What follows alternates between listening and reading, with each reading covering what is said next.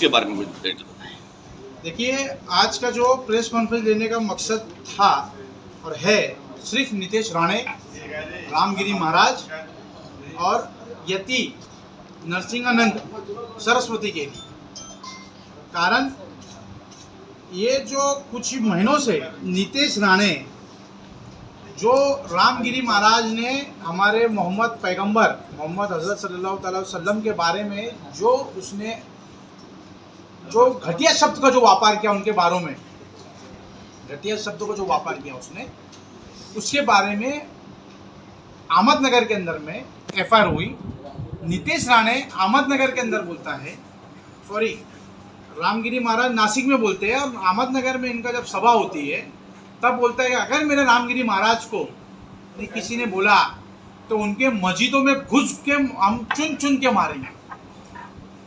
तो नितेश राणे का राज नहीं चालू है, वो सिर्फ बोलता है, वो बोलता है, उसके अंदर इतनी हिम्मत और ताकत नहीं है।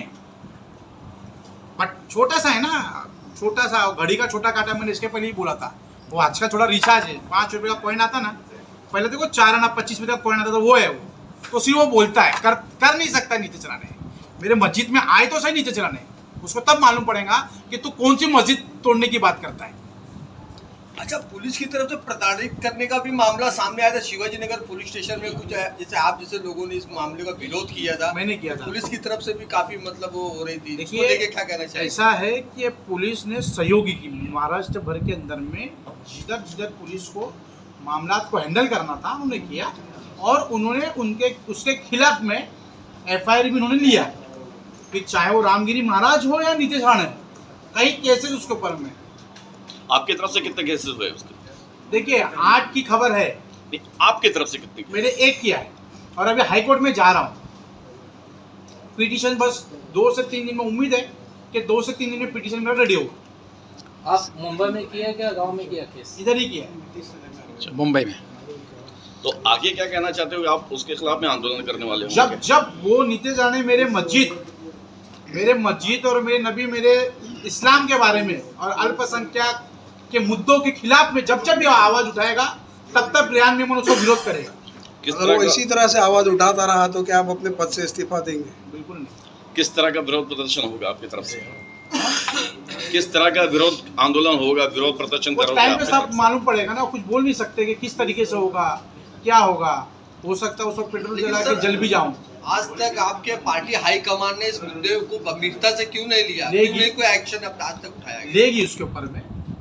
मैंने आपको बताया कि जब कांग्रेस में था तो ये फडणवीस साहब को भी आरएसएस का हाथ चट्टी वाला बोला होगा। सर, अभी आत्मदान करने की बात सीधे सीधे लाइव कैमरे पे कह रहे हो।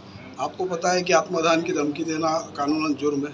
देखिए साहब, मैं क्या करूंगा, मैं बताऊं ना। मैं तो मैंने आपको सीधा सवाल पूछा, अगर आप कौम की बात करते हो तो कौम के लिए इस्तीफा नहीं दोगे, लेकिन बीजेपी में रहूंगा, गाली सुनूंगा, वहीं पे रहूंगा। सुनो, गाली सुनूंगा और वहीं रहने की जो आप बात कर रहे हो, तो उसने बोला है, नितेश राणे ने बोला है।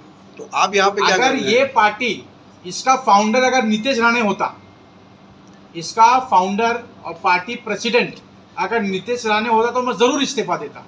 वो एक कार्यकर्ता है।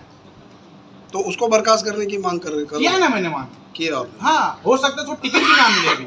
सर, ये जो जातिवादी, चाहते उसको टिकट ना मिले।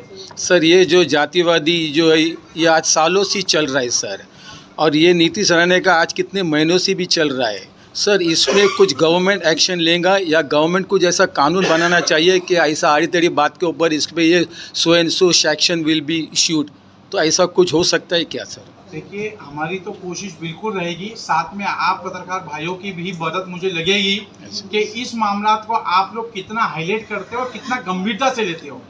तो इसके अंदर आपका बड़ा हमारे को साथ अगर रहा तो हम देश और राज्य और जिले के अंदर में इस तरह की जो घटनाएं होती है उसको रोक लगाने के लिए आपकी बड़ी मदद लगेगी। नितेश राणे का मामला पिछले कई सालों से चलता आ रहा है, आप इतनी देर कर दी पत्रकार परिषद, क्या चुनाव का स्टंट है आपका? नहीं, चुनाव का साथ कोई स्टंट नहीं है। आमदार थोड़ी लड़ना है, हम तो कार्यकर्ता है, हम तो सेवा करते हैं। इतनी देर बाद आप पत्रकार परिषद ले रहे हो? इसके पहले भी लिया है, बोला है। मुंबई में कहाँ पे? मुंबई में शिवाजीनगर में एफआईआर हमने जब करने को गया था तभी हम नहीं कर सकते। पत्रकार परिषद ली है?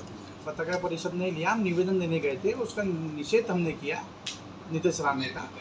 मैं मेरे कार्यकर्ता हम लोग मिलकर वहाँ पर गए, साइलेंटली जुम्मा का वक्त था, काफ़ी गर्दी थी, पर हमने बिल्कुल भी उसका उल्लंघन नहीं किया और माहौल को ख़राब करेंगे नहीं है। जब पूरी पब्लिक चलेगी हम बोला हम कुछ नहीं कर रहे हैं, उसके बाद में हम 15-20 लोग हम जाकर निवेदन देकर आए। आपने कहा था कि देवेंद्र फडणवीस को हमने उनसे बात की थी, तो क्या आश्वासन दिया आपको?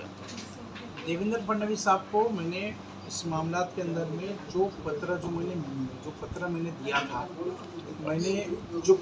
जो दिया था प्रधानमंत्री साहब को भी मैंने मेल किया और फडणवीस साहब को मैंने व्हाट्सअप किया और मैंने मेल किया मुख्यमंत्री, उप मुख्यमंत्री, होम मिनिस्टर अमित शाह साहब को।